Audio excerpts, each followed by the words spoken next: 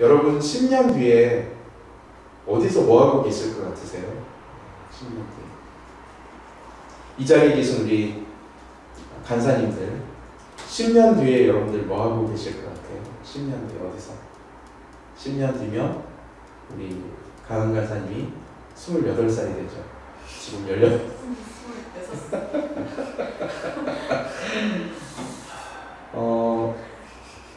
이런 질문을 하면은 이렇게 되물을 사람들이 있을지도 몰라요. 간사님, 요즘 대학생들 형편 다 아시잖아요.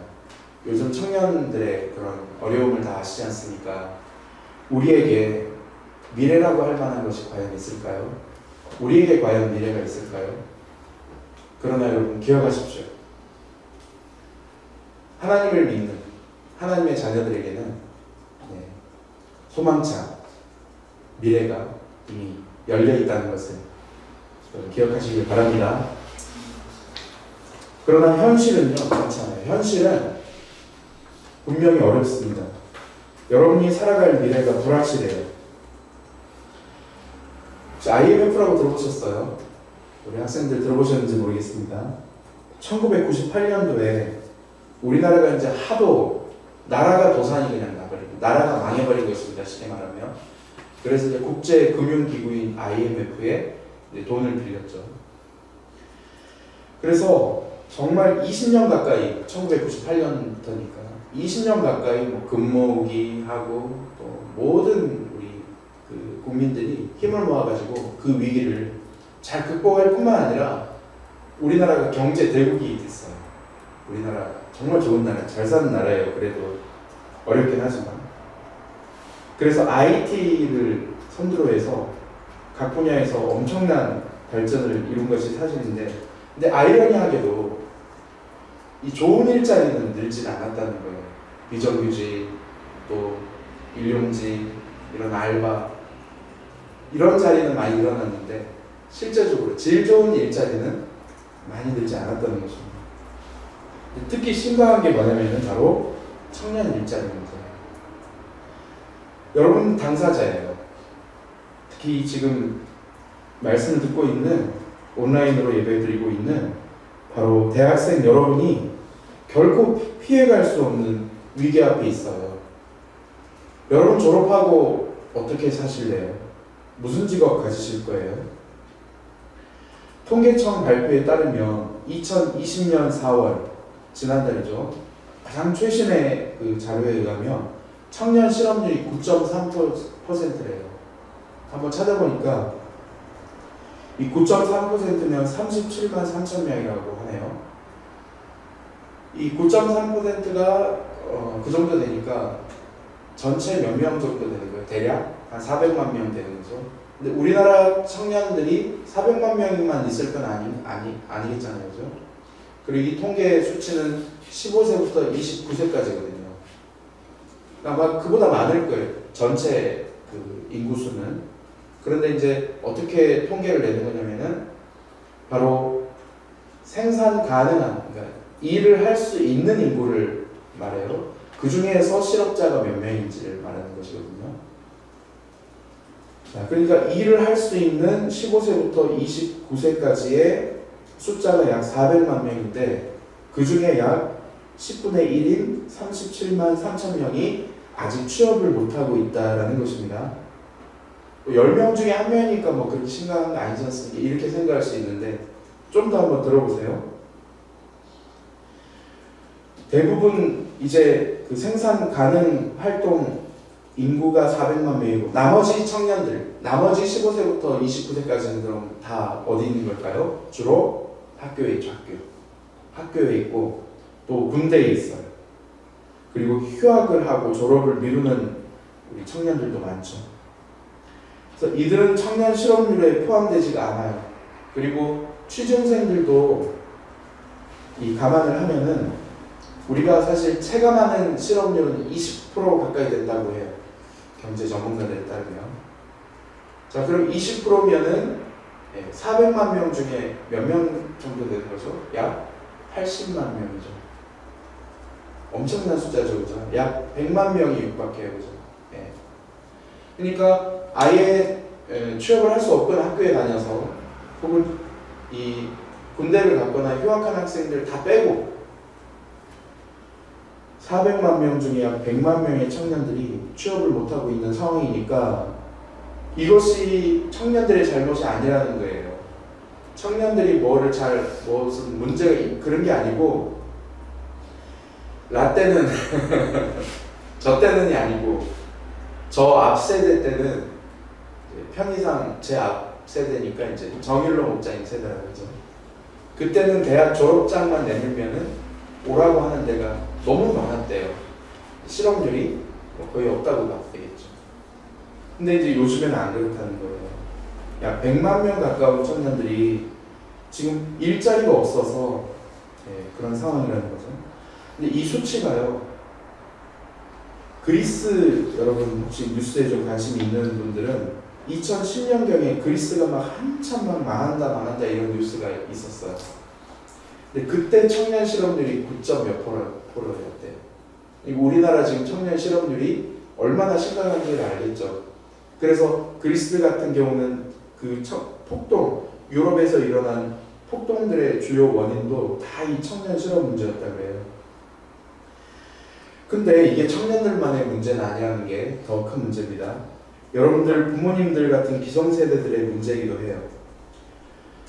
여러분 아이를 제가 이제 키우고 있잖아요, 그죠?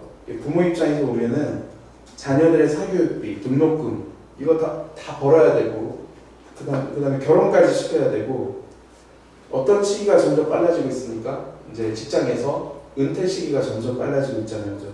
그래서 은퇴 후에 쓸만한 일자리를 찾아서 다시 무슨 일을 하거나 취업을 한다는 것이 뭐 거의 불가능하다는 시대가 되어버린 것입니다.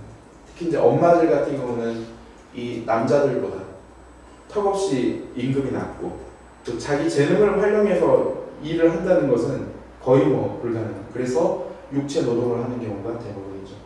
우리 엄마들.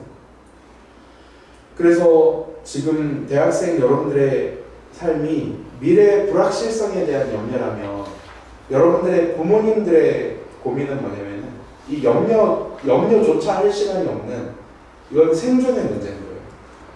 일단 살아야 되는 문제.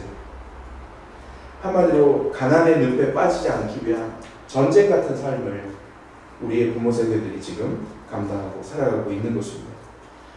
여러분 2028년이 되면요 약 1200만 명에서 1300만 명에 가까운 퇴직자들이 이제 쏟아져 나오기 시작하는 해가 2028년이라고 해요. 왜 전문가들이 그렇게 계산을 했냐면은 베이비 부머라고 들어보셨죠? 베이비 부머. 우리나라에 이제 1차, 2차 베이비 부머. 그러니까 많은 아이가 태어난 그 시대를 베이비 부머라고 말하는데 우리나라 1차 베이비 부머 세대가 1955년에서 63년생들이래요. 그리고 2차 베이비 부머 세대가 1968년부터 1974년생 정도래요. 그러니까 그 사이에 뭐 한 5년 차이밖에 나지 않아요. 그러니까 저와 여러분들의 부모님들이 거의 다 여기에 포함된다 생각하면 되겠죠, 그죠? 그래서 아마 여러분들의 부모님들은 치열한 노후 전쟁을 벌이게 될 거예요. 네. 그야말로 이 생존 가축장이 될 것입니다. 근데 이렇게 뭐 사명 얘기하는데 이렇게 우울한 얘기를 계속 하시냐고 할 수 있는데 이런 말씀을 드리는 이유가 있어요. 인정하고 싶지 않지만 우리가 살아가고 있는 이 현실을 직시하고 이렇게 객관적인 정보들을 한번 정리해보고 우리가 미리 알고 준비해 나가는 것이 무엇보다도 중요하기 때문입니다. 그래서 한번 정리를 해본 거예요. 그래서 이 미래학자들의 예측에 따르면 이 우리나라의 경제적인 이 어려움이 10년에서 20년쯤은 앞으로 더 갈 것이다. 이렇게 보고 있고 더군다나 이제 요즘 코로나19 사태까지 벌어져서 그 경제 이 상황은 더욱더 심각한 단계로 그래서 어떤 그 경제학자는 9회 말 코로나 이후에 경제 위기가 9회 말에 9회로 따지자면 야구 경기가 9회인데요. 9회로 따지자면 이제 1회 말 끝났다 이렇게 보시더라고요. 8회에 가까운 경제 위기가 아직 오지 않았다 이렇게 이야기하고 있는 것입니다. 한국 기업들의 미래도 바람 앞에 흔들리는 촛불 신세예요. 우리나라 경제, 일자리 창출 누가 다 했습니까? 제조업 이 기업들이 다 했잖아요, 그죠? 근데 다 한계에 도달했고요. 애기 안 낳죠. 또 고령화 자꾸 되죠. 그러니까 소비할 사람들이 많이 없어지는 거예요. 그러니까 시장도 위축되고, 여기에 더해서 이제 이 부분을 좀 더 강조해서 우리가 한번 살펴볼 텐데, 로봇과 인공지능 기술이 도입이 되면서 사람들이 이제 고용을 할 필요가 없어지는 그런 시대가 이미 도래했습니다. 그래서 고용 없는 그런 성장 현상이 앞으로 계속 지속될 것이다. 근데 이것이 우리나라만의 현상이 아니라 세계적인 현상이다 라고 말씀드립니다. 미국도 그렇고 일본도 이미 그 시기를 통과하고 있다 이렇게 보고 있습니다. 요즘에 우리가 좀 화두가 되고 있는 좀 인공지능, 또 4차 산업혁명에 대해서 잠깐 좀 우리가 한 번 더 정리를 해보고 싶습니다. 여러분 많이 들어보셨을 거예요. 중요하기 때문에 다시 한번 좀 정리해 볼게요. 한마디로 변화되고 있어. 세상이 바뀌고 있어. 그리고 위기가 도래했어요. 근데 이 속도 문제, 속도. 우리가 체감을 못했을 뿐이지 이 세상의 변화와 위기의 속도가 어마어마한 속도라는 것입니다. 여러분 저 때는 이 인기가요 프로에서 한 가수가 1등을 하면 막 14주 연속 1등하고 막 기억이 나요. 신승훈, 김건모 아시나요 여러분? 김건모 아시죠? 네. 그리고 막 연말 가수왕 선발하잖아요. 가수왕. 가수왕이죠. 가요대상. 세상에 어떤 한 가수가 막 9년씩이나 막 가수왕을 연달아하고 있거든요. 요즘에 그런 거 찾아볼 수 있어요? 네, 안 그래요. 가수들뿐만 아니라 연예인들도 뭐 떴다 졌다 하는 게 얼마나 빠른지 몰라요. 이게 이제 연예계뿐만 아니라 기업이나 사회 현상 등 주기가 다 빨라지고 있다는 거예요. 여러분이 이미 들어서 알고 있겠지만 앞으로 20년 내에 우리가 알고 있는 현재 직업 중에 80%가 사라지거나 단순 허드렛 일로 바뀔 거라는 예측이, 미래학자들의 예측이 있어요. 왜 그렇습니까? 이 4차 산업혁명 때문에 더 기계화되고 더 인공지능이 화되기 때문에 주요한 직업은 다 없어져요. 그래서 오히려 기계를 돕는 일자리만 늘어나게 되죠. 여러분 예를 들어서 택시기나 기사나 버스 기사가 그냥 없어질 거래요. 왜냐면 운전이 다 자동화되기 때문에.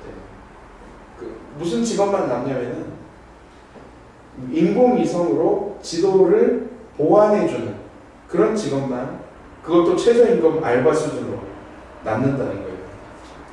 그래서 어떤 분야든 무엇을 우리가 상상하는 간에 그 이상이 될 거다 이렇게 예측을 하고 있는 것입니다. 직업 세계의 변화는 이처럼 무쌍한데 그런 영상도 돌았잖아요.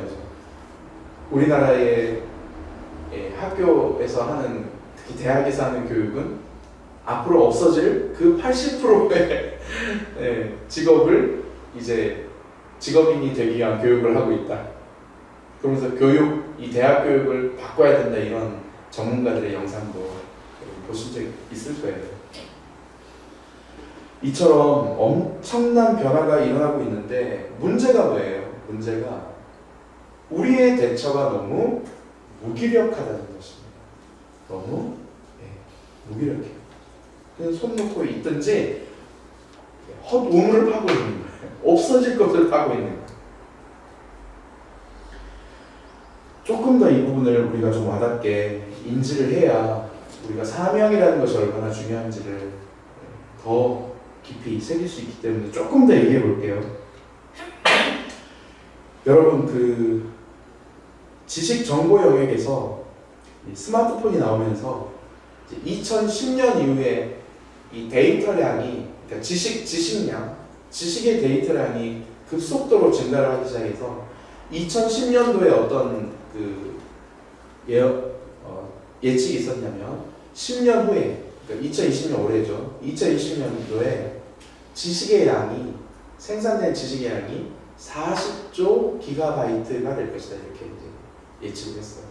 이게 얼마나 많은 양이냐면은 전 솔직히 이런 걸 잘 몰라서 잘 모르겠는데 여러분 128기가 용량 태블릿을 이렇게 쌓아가지고 지구와 달 사이 거리에 6.6배를 쌓는 양이래요. 그냥 그럼 많은 거예요? 많은 거니까 이렇게 비유를 했겠죠. 저는 잘 감을 못 잡겠어요. 결론을 받은지.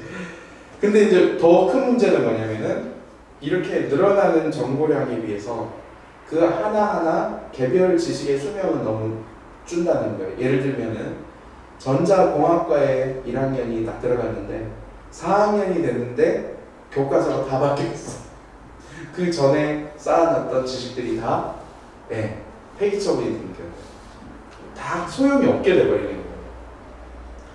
그래서 2, 3년 단위로 새로운 기술 지식을 배워야 되는데 이거 어떻게 따라가려고? 그래서 결국 이 속도를 따라가지 못하면은 뒤처질 수밖에 없는 그런 상황. 알파고 들어보셨죠? 알파고. 이세돌 그 바둑 무단하고 바둑도 가지고 이긴 알파고 기억나시죠? 그 알파고랑 이세돌 구단이 대국을 하면서 본인이 몇 수 도보더니 벌써 알았대요. 아, 나 지겠구나. 벌써 알았다는 거예요. 그 거대한 그 인공지능의 벽 앞에 자신의 무력감을 그렇게 느꼈다는 거예요. 그 다음에 미국 퀴즈쇼 제퍼디에서 인간을 이긴 IBM의 왓슨이라는 인공지능도 있어요. 이 왓슨은 미국 의료계를 지금 다 점령을 해버리고 있는 거예요. 그러니까 미국이 얼마나 의료가 많이 발달했습니까? 수십 년에 걸쳐서 내려온 의료 지식이 이렇게 쌓여 있는데 그 데이터가 쌓여 있어요. 근데 이 왓슨이라는 인공지능이 6개월 만에 그 데이터를 다 섭렵을 해버리는 거예요. 그래서 미국 최고의 암권위 의사들 5명이 입회하에 암을 진단하고 치료를 하는데 거의 뭐 한치 오차가 없이 탄성을 지를 만큼 그렇게 인공지능이 치료를 해내더래요. 이런 시대가 벌써 도래했다는 거죠. 여러분 아무리 전문 지식이더라도 반복적 학습과 정보 검색, 분석으로 가능한 일은 이제는 인공지능이 다 해버린다는 거예요. 다 자동화되어버린다는 겁니다. 10년 후면은 이 지식을 먹고 사는 근로자들이 가지고 있는 지식 대부분을 인공지능 컴퓨터가 다 해결해 준다는 거예요. 그래서 최근에 그 이지성 작가가 쓴 에이트라는 여기에도 있어요. 책 보면은 혹시 한번 이 부분에 대해서 더 깊이 알고 싶으신 분들 한번 빼가서 한번 봐보세요. 그러니까 지금 다 미국의 유수한 기업들의 그 결국에는 그 인공지능을 컨트롤할 수 있는 소수 몇 사람만 남고 다 정리되는 그런 시대가 올 거다 이렇게 말하는 거예요. 너무 허무하지 않습니까? 전 세계인들이 그 회사를 들어가려고 노력을 하고 있는데 그 회사에서는 이미 뭘 준비하고 있다? 거의 모든 회사원들을 다 정리할 준비를 하고 있어요. 암울한 그런 상황인 거죠. 자, 미래학자들이 이렇게 이제 정리한 내용을 보면서 왜 이렇게 모든 것을 부정적으로 보냐 이렇게 이제 물어볼 수도 있어요. 왜 이것밖에 없냐? 부정적인 것밖에 없냐? 그러지 않죠. 긍정적인 부분도 물론 있어요. 과학기술이 새로 산업을 만들어내고 그러면 이제 새로운 또 노동력이 필요하니까 틈새 시장이 생기고 또 고용이 또 새롭게 창출되고 하지만은 문제는 뭐냐면은 고급 일자리가 엄청나게 사라져버린다는 거예요. 지금 우리가 지금 인지를 하고 있는 다 인지도 못하죠. 우리나라에만 2만 8천 몇 개의 직업이 있다 그러잖아요. 그 중에 80%가 다 사라진다니까요. 그것도 고급 일자리들이. 그리고 허드렛 일을 하는 것만 남는데 미래학자들이 그 부분을 지금 지적하고 싶은 것입니다. 자, 저는 지금 올해 나이가 41살이에요. 이제 10년, 20년 이 인공지능이 이제 세상을 이렇게 일반화되고 점령이라는 표현까지는 좀 그렇습니다만 그런 시대가 오면 저는 어느덧 은퇴할 나이가 될 거예요. 그런데 이 시간 함께 예배드리는 대학생 여러분, 여러분들은 10년, 20년 후면 제 나이가 돼요. 그러니까 이 세상에 나아가서 이제 본격적으로 이제 활동을 해야 될 나이가 바로 여러분 나이예요. 저는 궁금해요. 이 지금 인공지능이나 4차 산업혁명이 과연 우리 양들의 미래를 어떻게 좌지우지할까? 그때 어떻게 될까? 여러분들을 비롯한 여러분 또래들이 미리 대비를 하고 이것에 적응하고 특히 변화하지 않잖아요. 그러면 이 미래학자들의 예측이 맞다면 변화하지 못하고 대비하지 못하면 첫 번째, 직장을 못 얻을 가능성이 높아요. 두 번째, 직장을 얻더라도 매우 적은 돈을 받는 직장을 얻게 될 가능성이 많아요. 여러분, 물론 크리스천인 우리는 세상이 이렇게 각박해지고 빈익빈 부익부로 양극화되는 것을 조심해야 돼요. 그런데 현실인 걸 어떻게 해요? 이 대세, 이게 막는데 한계가 있다는 거예요. 어쩔 수 없이 각자가 미래에 대해서 대비하는 노력을 함께 해야 한다는 것입니다. 그래서 해답을 찾아야 된다는 거예요. 새로운 전략을 마련하지 않으면은 이 미래의 이런 엄청난 변화의 소용돌이에 그냥 휩쓸려가지고 이제 실업자가 되든지 이제는 이 빈곤층으로 그렇게 살아갈 수밖에 없다는 것입니다. 그런데 이런 놀라운 미래의 변화가 저와 여러분들이 생각하는 것보다도 이미 일찍 찾아왔고 앞으로 더 일찍 찾아올 가능성이 높습니다. 자, 네. 이제 여기서부터가 중요하죠. 하지만. 그런데 여러분, 염려하지 마세요. 왜 그렇습니까? 창조주 하나님의 걸작품이 바로 사람이에요. 사람이 아무리 인공지능이 발달된다고 하더라도 하나님께서 가만 놔두지 않으실 거예요. 그건 하나님의 존엄, 하나님의 자존심을 건드는 행위이기 때문이에요. 인공지능이 사람보다 앞선다는 것은 인공지능이 하나님의 영역을 침범한다는 얘기가 되거든요. 하나님이 견디지 못할 거예요. 하나님이 알아서 정리하실 거예요. 그러니까 여러분 염려하지 마세요. 인간은 절대로 무너질 리가 없습니다. 그러나 우리 편에서, 그건 하나님 편이고요. 우리 편에서는 해답을 찾아야 합니다. 방법을 찾아야 합니다. 하나님께 매달려야 돼요.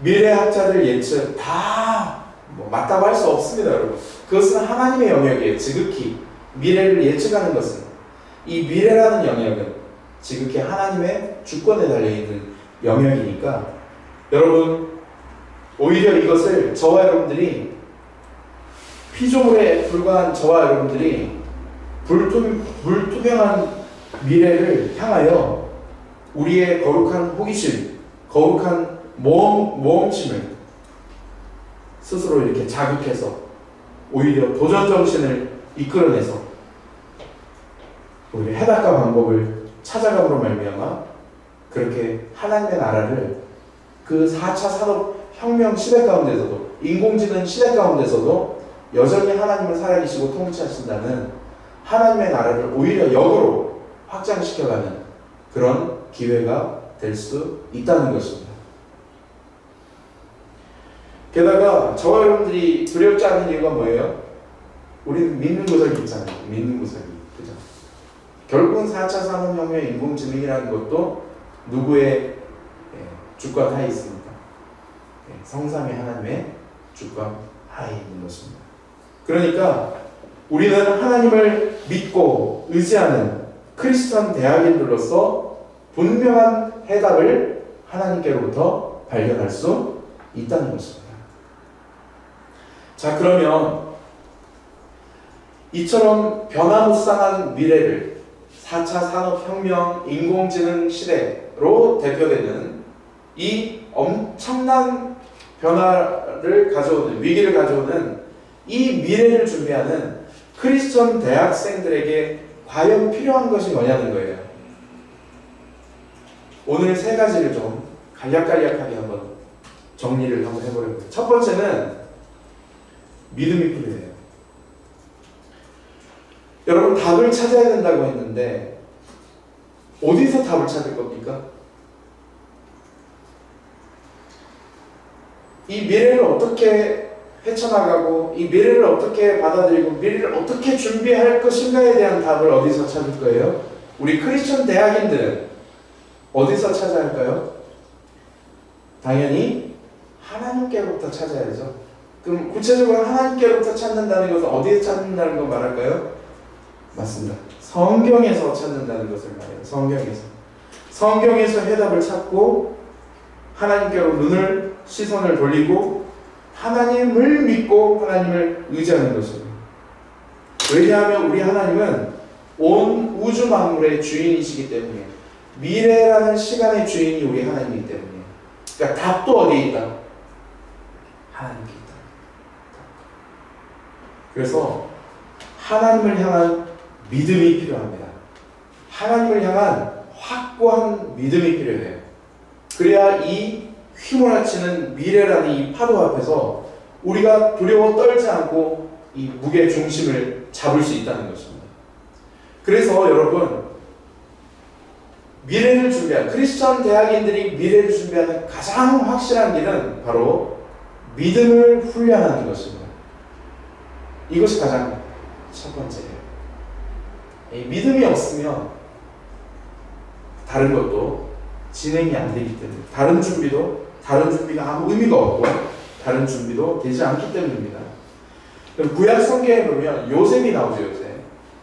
요셉 앞에 엄청난 미래가 지금, 우리는 요셉의 미래를 다 알잖아요. 요셉의 일대기를 다 알잖아요. 근데 요셉은 자신 앞에 놓여있는 미래를 예측할 수 있었나요? 없었죠.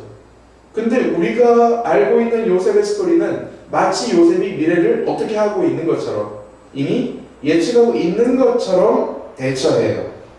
준비해요.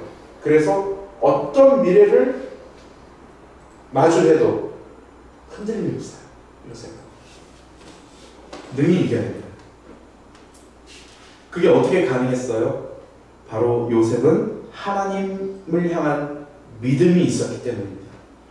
그래서 이스라엘 백성들을 향한 하나님의 그 큰 그림을 이루고 그려가는데 쓰임받는 그런 사람이 될 수 있었죠. 마찬가지예요.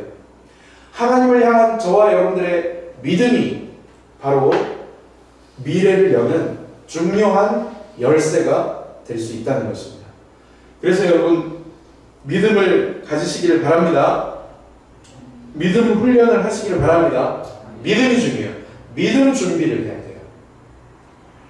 믿음 준비를 가장 잘하는 방법은 말씀을 듣는 것입니다. 왜냐하면 성경에서 믿음은 들음에서 난다고 분명히 말씀하기 때문에 무엇을 듣는가가 중요해요. 여러분, 아무거나 들으면 안 돼요. 여러분들의 귀에 꽂고 있는 그 인이어에서 무엇이 나오는가가 여러분들의 믿음을 키우거나 죽여요. 가장 믿음을 키울 수 있는 좋은 방법은 말씀을 듣는 것입니다. 그래서 이 대학 시절에 졸업해서는 도저히 거의 불가능하다고 할 수 있는 이 말씀 듣기를 집중적으로 해야 될 필요가 거기에 있습니다. 그렇게 할 수 있는 가장 좋은 플랫폼은 ESF에서 말씀 훈련을 받는 것입니다. 왜 ESF 말씀 훈련을 받아야 합니까? 믿음 훈련을 하기 위해서입니다. 왜 믿음 훈련을 해야 합니까? 다가올 미래를 크리스천 대학생으로서 가장 확실하게 준비할 수 있는 길이 바로 믿음을 훈련하는 길이기 때문입니다. 고로 여러분, ESF에서 훈련받는 것, 하나님이 주시는, 저와 여러분들에게 주시는 해답이라고 믿고 열심히 훈련 받으시기를 바랍니다. 자, 두 번째 우리가 필요한 것, 크리스천 대학생들에게 필요한 것은 바로 통찰력입니다. 믿음이 생기면요, 그 위에 통찰력이 세워지는데, 성경은 다가올 미래를 경고할 때마다 이런 표현을 써요. 깨어 있어라. 예수님께서 제자들이 이렇게 질문했죠. 예수님, 미래에 어떤 일이 벌어집니까? 미래에 어떤 징조가 일어납니까? 하면서 예수님이 미래에 관해서 설명을 해주신 다음에 그 미래를 가장 잘 대처하는 방식을 가르쳐 주셔요. 공통적으로 깨어있으라는 말씀을 주셔요. 이게 깨어있으라는 바로 이 말이 통찰력인데요. 기도하면서 세상의 변화를 통찰하라는 뜻입니다. 세상의 그 시류에 휩쓸려가지 말고 깨어서 그 세상을 꿰뚫어 볼 수 있어야 된다. 그래야 휩쓸려가지 않을 수 있으니까요. 우리의 미래는 불투명하기 때문에 깨어서 그 미래를 면밀하게 관찰을 하고, 더 중요한 것은 무엇입니까? 그 미래를 주관하시는 하나님께 그 미래를 대처할 수 있는 그 지혜를 구하는 것이, 그리고 그 주어진 지혜를 일컬어서 통찰력이라고 하는 것이죠. 그래서 우리가 믿음을 얻기 위해서는 말씀 훈련이 필요하다면, 통찰력을 얻기 위해서는 무슨 훈련이 필요할 것 같아요? 기도 훈련이 필요해요. 기도 훈련. 그래서 대학 시절에 여러분 많이 해야 될 것 중에 하나가 기도예요. 기도 많이 하시길 바랍니다. 기도 많이 하셔야 돼요. 우리 ESF 기도 훈련 하고 있습니다. 아침 기도 모임, 또 큐티의 릴레이 기도, ESF가 기도 훈련을 하는 좋은 플랫폼이 될 수 있습니다. 여러분, 그러면 크리스천 대학생이 미래를 준비하는 일에 있어서 필요한 세 번째 준비는 어떤 준비일까요? 그것이 바로 이번 시리즈 설교의 주제인 사명입니다. 다른 말로 비전입니다. 여러분, 사명이 뭘까요? 우리가 다음 시간에 무엇인지, 비전이 뭘까요? 다음 시간에 그것이 무엇인지 더 자세하게 나누겠지만, 오늘 간단하게 말씀을 드리면, 사명은 이런 것입니다.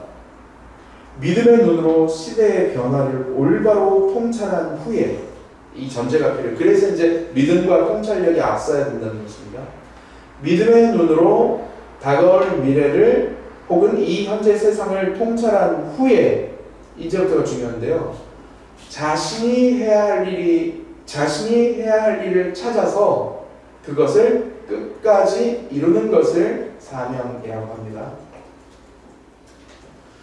그래서 이 사명은 믿음과 통찰력 위에 세우는 집과 같은 것입니다. 빌립보서 2장 13절에 이런 말씀이 있어요. 너희 안에서 행하시는 이는 하나님이시니 자기의 기쁘신 뜻을 위하여 너희에게 소원을 두고 행하게 하시나니. 여기 소원이 바로 사명 혹은 비전이라고 할 수 있는데요. 우리가 하나님을 믿고 말씀을 훈련을 받고 기도하다 보면 하나님께서 우리 안에 세상을 보는 눈을 여시고, 그 다음에 저 세상에서 내가 무슨 일을 하면서 살기를 바라시는지를 깨닫게 해주신다는 거예요. 그것이 우리에게 사명의 형태로, 거룩한 소원의 형태로 주어지게 된다는 것입니다. 그러면 우리는 그 거룩한 소원을 따라서 끝까지 경주에 임하는 것이죠. 하나님은 그것을 원하신다는 거예요. 하나님, 우리의 인생이 그저 저 세상 사람들처럼 거대한 시류에 흘러 떠내려가는 인생이 되지 않기를 바라신다는 거예요. 말씀과 기도로 믿음과 통찰력을 세워서 그 가운데 하나님이 주시는 사명, 비전을 분명하게 발견하고 그것을 완수하기를 바라신다는 거예요. 이것을 가장 잘 보여준 사람이 바로 바울이죠. 내가 달려갈 길과 주 예수께 받은 사명, 즉 나의 사명과 비전은 하나님의 은혜의 복음을 전하는 것입니다. 이것을 완수하는 일에 나는 나의 생명조차도 귀한 것으로 여기지 않겠습니다라는 그런 사명의식, 비전의식이 너무 뚜렷했다는 것이죠. 이것이 바로 스탠다드 크리스천의 스탠다드한 인생이라는 것이죠. 그래서 이제 끝으로 성경의 한 인물을 통해서 이것을 좀 실제적으로 한번 예를 한번 들어볼게요. 앞서 들었던 요셉의 예입니다. 오늘 우리가 읽었던 본문이기도 한데요. 다가올 위기를 이 믿음과 통찰력과 사명으로 가장 잘 대응하고 적응하고 헤쳐나가서 그 안에서 하나님의 사명을 이루고 하나님 나라를 이뤄간 가장 대표적 모델이 바로 요셉입니다. 여러분, 요셉 이야기는 너무 잘 아니까 다 생략하고 중요한 부분만 좀 말씀드릴게요. 오늘 창세기 41장 38절에 보면 이 요셉을 향한 바로 왕의 평가가 기록되어 있습니다. 다시 한번 읽어볼까요? 자, 시작. 바로가 그의 신하들에게 이르되 이와 같이 하나님의 영에 감동된 사람을 우리가 어찌 찾을 수 있으리. 자, 바로 왕은 요셉을 어떻게 봤어요? 하나님의 영에 감동된 사람. 요즘 말로 바꾸면요, 뭐 충만한 사람? 네, 성령 충만한 사람. 성령 충만이 뭐예요? 입신하고 방언하고, 물론 그것도 성령 충만의 일부분일 수 있습니다. 너무 그것도 터부시하거나 부인하면 안 돼요. 근데 진짜 성령 충만의 본질은 뭐예요? 본질. 뭐 다른 거 아니에요. 성령님의 뜻에 온전히 순종하고 있는 상태, 그것을 성령 충만이라고 합니다. 그러니까 어떤 감정이나 현상만 있으면 안 되고요, 삶이 뒤따라야 진정한 뭐 충만한 사람? 성령 충만한 사람. 삶으로까지 드러나야 진짜라는 것이에요. 자, 그러면은 좀 더 구체적으로 바로 왕이 요셉을 성령 충만한 사람이라고 인정한 이유가 뭘까요? 바로 그 앞서 말한 세 가지 준비 때문에, 세 가지 준비를 했기 때문이에요. 그리고 세 가지를 발휘했기 때문에 요셉이. 첫 번째, 요셉에게 믿음이 있었어요. 그래서 요셉은 늘 하나님을 바라봤습니다. 늘 하나님의 뜻에 주목했어요. 늘 하나님만을 의지하고 살았어요. 두 번째, 요셉에게 통찰력이 있었습니다. 요셉은 세상의 변화를 통찰할 줄 아는 사람이었어요. 그의 총리가 되었을 때의 그의 정치력을 보십시오. 놀랍죠? 통찰력이에요. 그 다음에 세 번째는 바로 위기 중에서도 하나님이 자신에게 주신 비전, 사명을 끝까지 붙들고 갔던 사람입니다. 어떤 사람은, 요셉은 자신이 꿨던 꿈을 총리가 되기 직전까지 잊고 있었을 것이다.